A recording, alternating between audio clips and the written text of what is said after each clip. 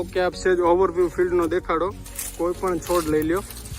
હજુ ઝીંડવાની સંખ્યા લગભગ એમ કહી શકાય કે 40-50 ઝીંડવા છે. મેન એમ કહી શકાય કે વેરાયટીની ખાસિયત છે જે સાઈડની ડાળો છે ને 4 ડાળ પડે છે. ચારેય ડાળમાં એટલો જ માલ બેસે છે. ઓકે, આપણે ખોટું કઈ કરવા. હા, બરાબર છે, ખોટું કોઈને કઈ. અને જે ડાબકાની જે ખાસિયત છે ને એ જોઈ શકો છો, એકદમ સરસ મજાનો કુંભો થાય છે, વીણવામાં એકદમ સરળ.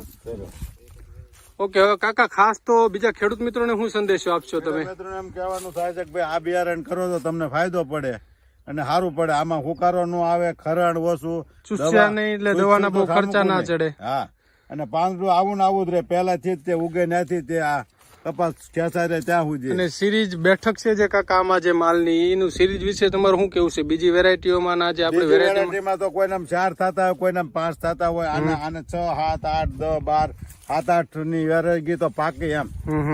અને એને સારું પડખાને જે ફૂટે ને એ સારું પડે. ઓકે કાકા, ખૂબ આભાર. વિડીયો નિહાળવા માટે ખેડૂત મિત્રો તેમજ વેપારી મિત્રો આપનો પણ ખૂબ આભાર.